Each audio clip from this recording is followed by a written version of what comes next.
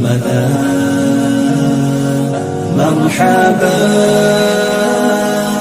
يا رمضان مرحبا يا رمضان رمضان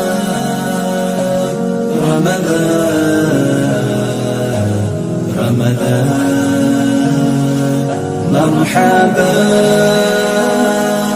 يا رمضان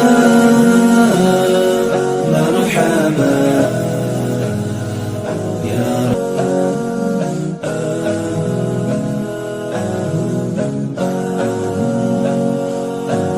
رمضان رمضان رمضان رمضان مرحبا يا رمضان مرحبا يا رمضان رمضان رمضان رمضان مرحبا يا رمضان مرحبا يا I'm just going to share a few things about what type of relationship we should try and work on. And because that's what the month's about. Like if your month of Ramadan is being defined by anything else and not the Quran, then we've missed the point, because that's not how Allah's framed it. Allah subhanahu wa ta'ala, when He frames Ramadan, He frames it through the Quran. But what we need to start doing is start moving towards a type of relationship that's wanted from us. Not the type of relationship that we want with the Quran, but the type of relationship that the Quran wants us to have with it. And the Quran's made that very clear, right? What type of relationship we should have. But so there needs to be a movement away from this kind of obsession with outward recitation, doing khatmat, like even hifz, for example. Like we know, how many hufaz do we have amongst the Sahaba? How many Sahaba memorized the entire Quran? Any ideas? Sorry? Very few. Yeah, you literally have under 20 Sahaba that memorized the entire Quran in the age of the Rasul ﷺ, and then some completely thereafter. So if we're talking about, say we're talking about 70,000 Sahaba who are close to the Rasul ﷺ, from amongst them, and the point again is not that these are blessed things, but the idea is that for the type of generation, for the age that we live in, and for the type of generation that the Ummah needs, like the type of human being that the Ummah needs in the coming ages, the type of relationship that we have with the Quran must switch. It needs to change in a big way, right? The obsession needs to move away from these random, arbitrary markers to where it was meant to be, right? And so the scholars, radiallahu ardahum, they talk about 4 things. I'll mention 4 things. There's other things, but the scholars mention 4 things, right? First thing is Iman. Like the relationship with the Quran is defined by Iman. What does it mean to believe in the Quran?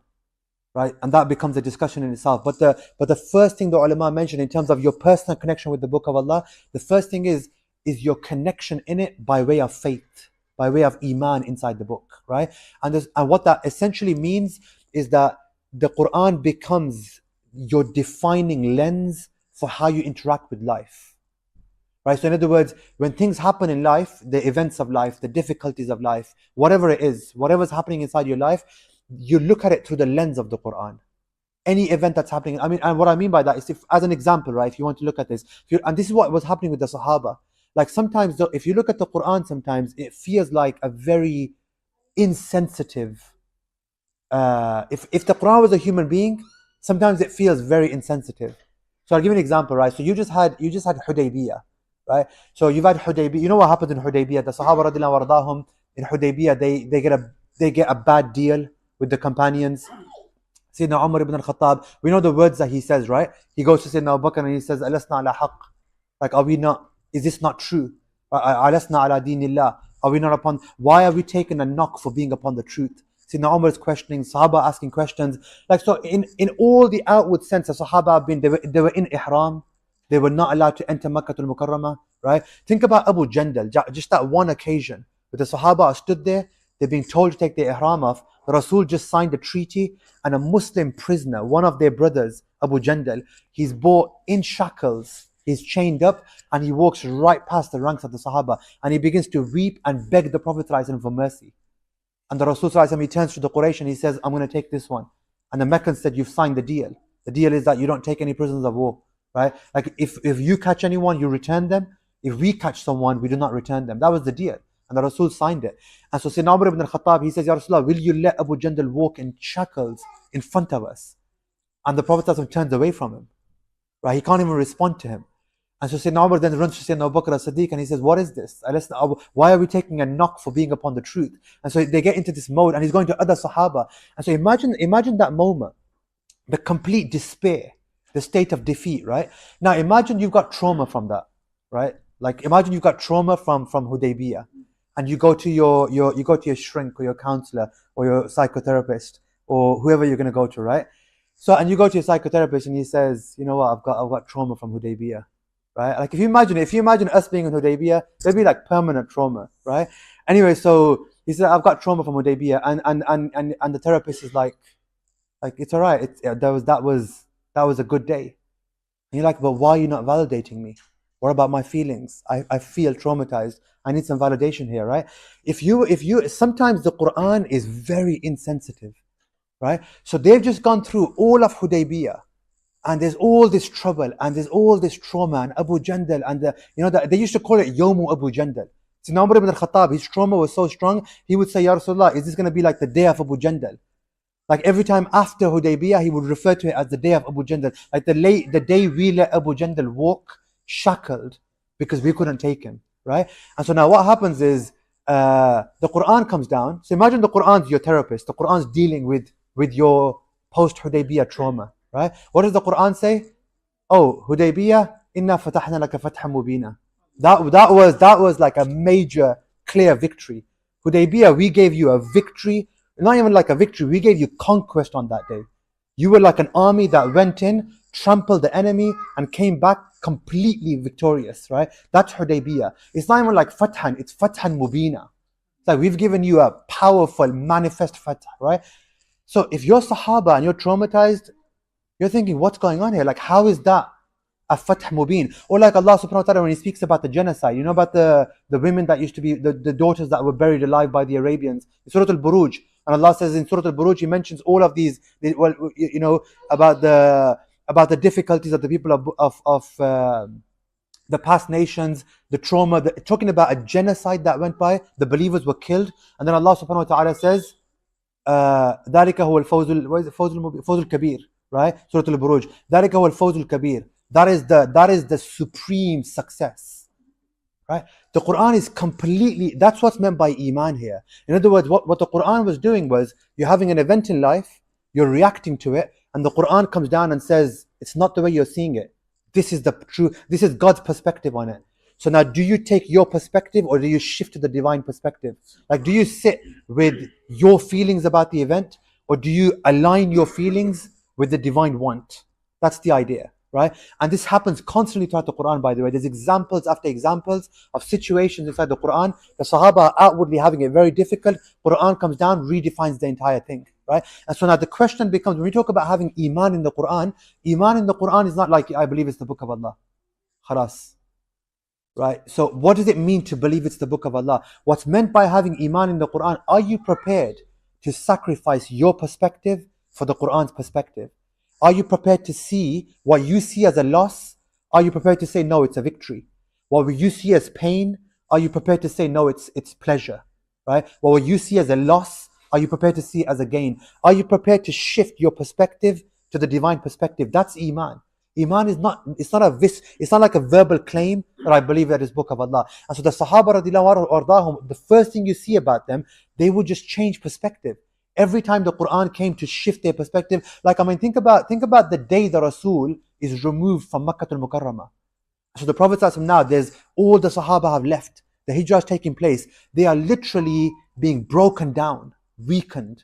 to the point of no return, right? And now the Prophet ﷺ is standing there, and they say that the Rasul ﷺ, he reaches the outskirts of Makkah al-Mukarramah, and he turns back. Hadith in Bukhari, famous narration in the Seerah. The Rasul turns back and he looks towards Makkah, and he says, Ya Makkah, innaki kunti ahabba al-biladi ilayya. He says, oh Makkah, you are the most beloved of lands to me. You're the most beloved city to me, right? And if it wasn't that your people were removing me, I would never leave you, right? That's the Prophet, that's the Rasul's pain. The Rasul's pain in the moments of hijrah is that he's turning back constantly. You see, Abu Bakr as-Siddiq, he says the Prophet ﷺ, as he was making hijrah, he kept stopping and looking back towards Mecca for a last glimmer of hope. Maybe the order will come to return, right? And so the Rasul keeps stopping and looking back. In the midst of that, what happens? Allah subhanahu wa ta'ala sends Jibreel alayhi salam, and he says, إِنَّ الَّذِي فَرَضَ عَلَيْكَ الْقُرْآنَ لَرَادُّكَ إِلَى مَعَادٍ. I mean, think about it. You're being kicked out of the city that you're born in.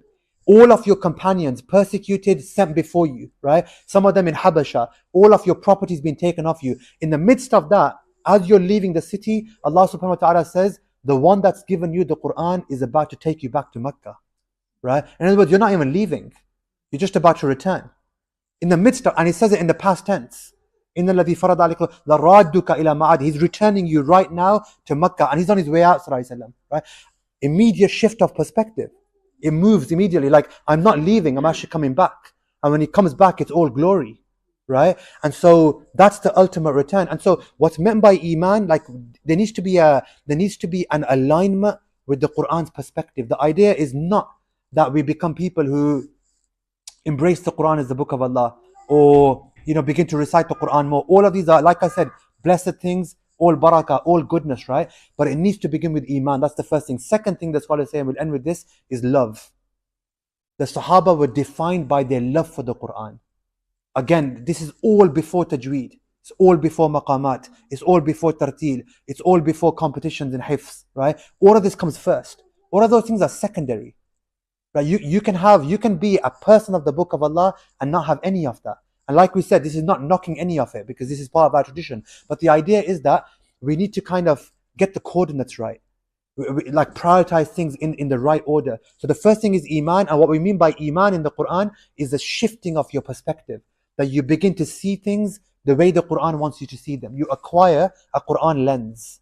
Like, you look out at the world and your Quran, you're seeing it through a verse of the Quran. The Sahaba were living the Quran entirely.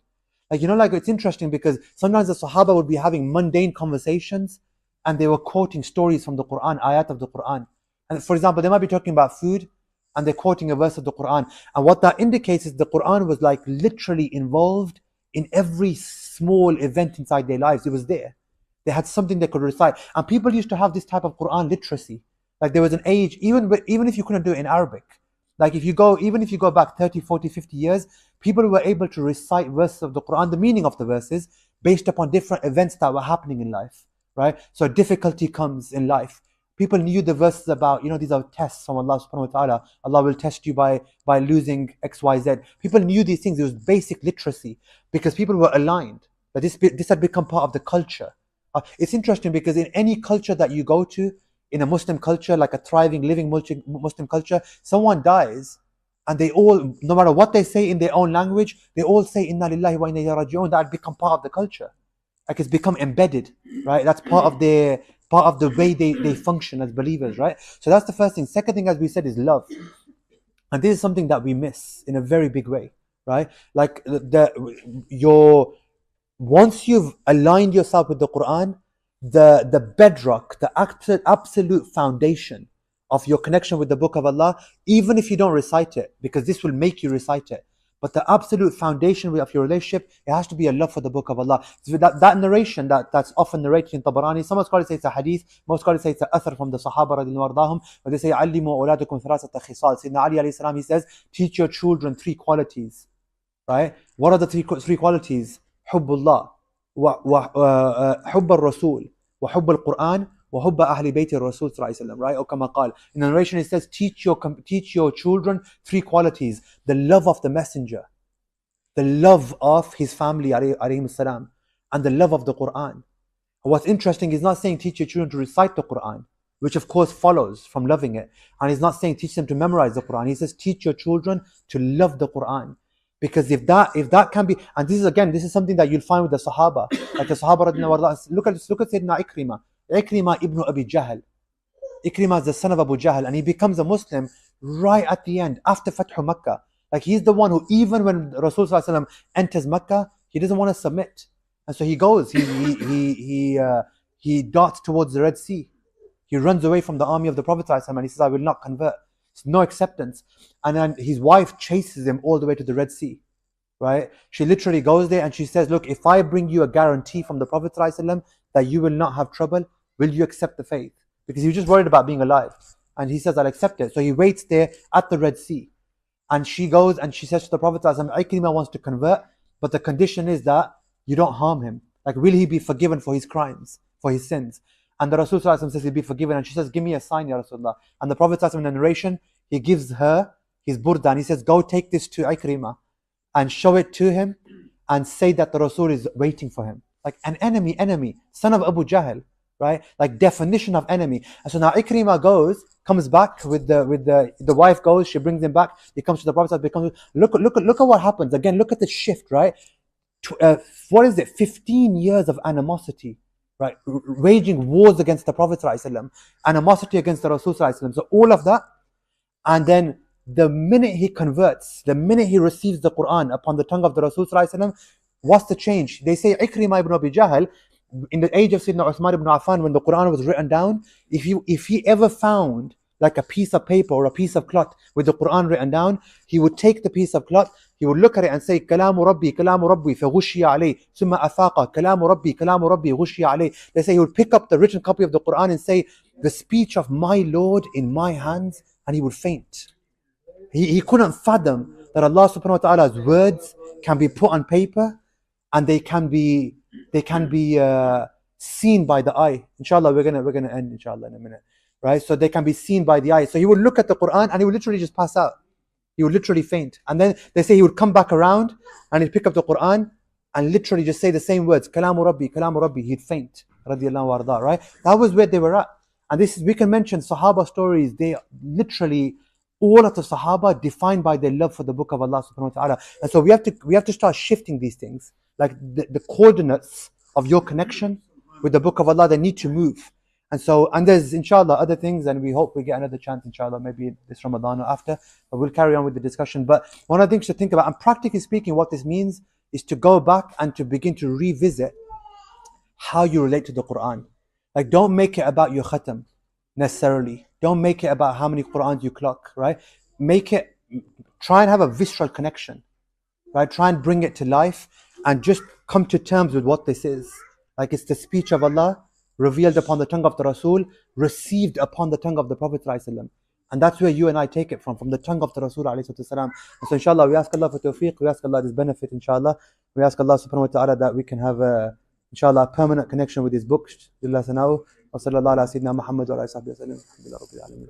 اللهم إني نبيت بصوم غد من شهر رمضان الذي أنزل فيه القرآن. اللهم تقبل منا هذا الصوم بحرمة السيد ولد أدنان يا عزيز يا غفار يا مستعان يا رحمن. الله أكبر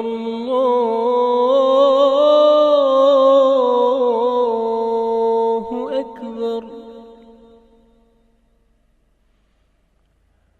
الله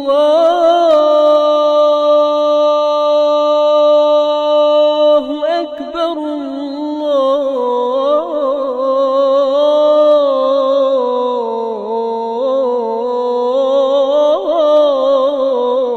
الله أكبر.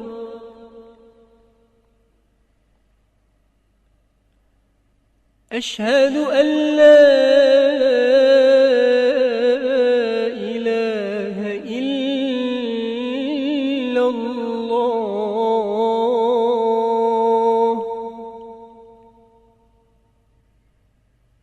أشهد أن لا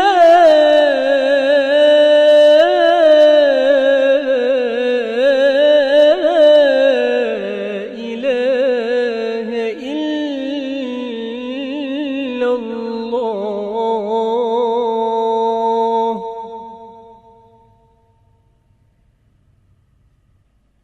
أشهد أن محمدا رسول الله.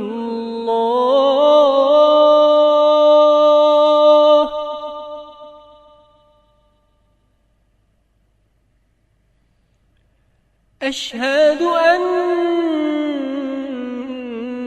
محمدا رسول الله.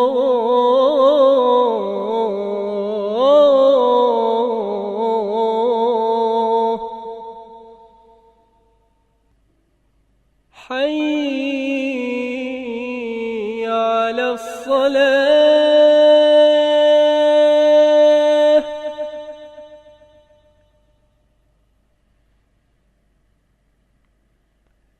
حي على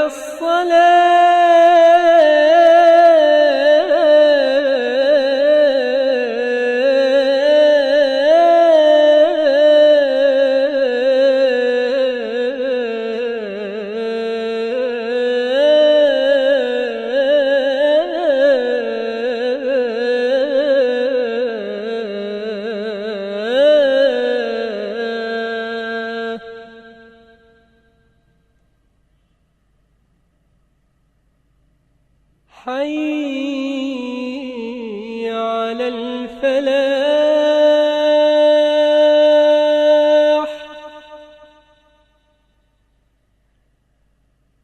حي على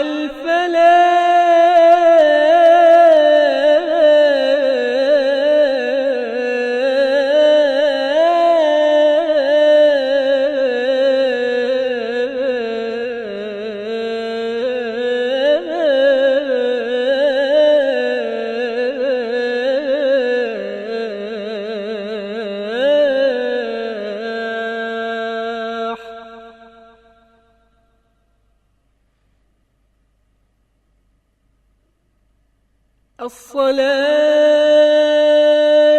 خير من النوم.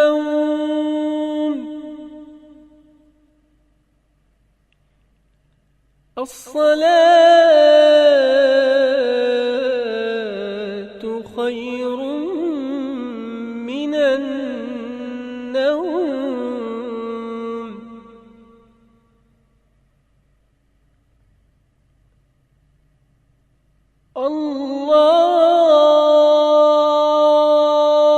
الله أكبر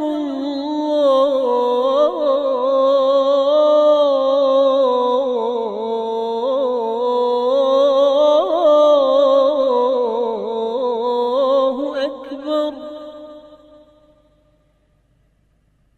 لا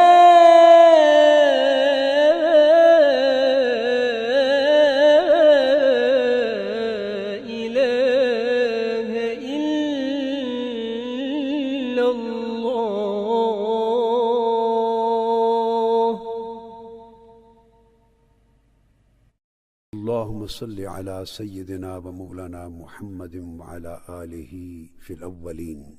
اللهم صل على سيدنا محمد وعلى آله وصحبه في الآخرين. اللهم صل وسلم وبارك على سيدنا محمد وعلى آله وصحبه في الملأ الأعلى إلى يوم الدين.